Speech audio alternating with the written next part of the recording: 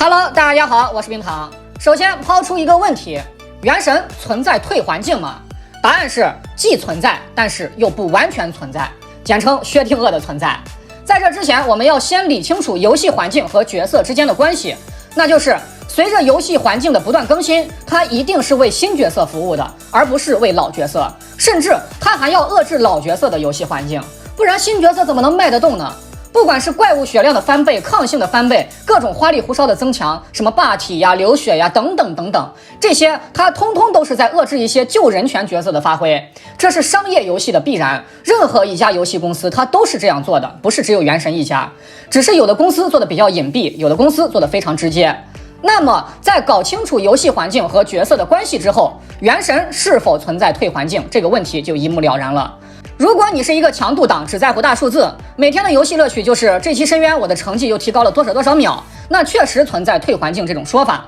就比如说12-3的无相帖，它就是单纯的血量翻倍翻倍再翻倍，它就是在考验你的输出能力。你卢老爷上来就是没有胡桃效果好，为什么？因为人家胡桃面板更高，人家和行秋的兼容性更好，人家的综合爆发更强。从这方面来说，退环境的确存在。但是退环境这种说法，它也就只是在针对 C 来使用，因为 C 这个东西它是很简单的就能分一个3、6、9等出来的，你就看输出就完事儿了呗。而对于辅助角色来说 ，UP 觉得顶多只能说是遏制环境，别温迪吸不动一些怪了就温迪退环境，出个掉血 BOSS 就中离退环境，不至于好吧，真的不至于。辅助角色这里还有一个知识点叫做配对空间性啊，这里先挖个坑，这期咱们先不说这个，继续来说一下退环境。前面说到了，对于强度党来说，退环境这个概念肯定是存在的，但是再从另一方面来讲，如果你不在乎深渊的话，你的游戏乐趣只是大世界冒险、图鉴党，深渊呢比较随意，打多少算多少，那么也就自然不存在退环境这种说法了。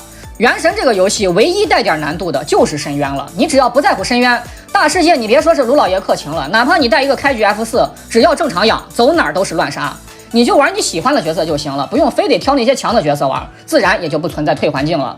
那么接下来咱们再从退环境引进到本次的公子复刻，策划为什么要放着那么多的高人气高流水角色不复刻，偏偏要对公子进行2次复刻呢？难道真的是跟钱过不去吗？当然不是，相反，这可能是近期公子商业价值最高的一次机会了。第一， 2.2 的主线里面恰巧有公子的戏份，以这个为契机来复刻公子，其实说得过去，合情合理，这叫天时地利。第二，在其他的主流 C 位面前，公子的确有点退环境的意思了。相比较其他 C， 公子在玩法机制这块受到的限制的确要更多一些，也就间接导致了他的输出不如其他主流 C。而且下一个水 C 应该不远了，大概3个版本左右，到时候公子绝对是一个全方位劣势的尴尬处境。所以在这之前，赶紧再把公子的复刻价值榨干一次，再不榨，恐怕到后面就不好榨了，就不好骗大家再抽了。有强的谁还抽弱的呀？这叫即将到来的人和。所以说，如果你是一个纯强度党，这次公子复刻你真的就别抽了，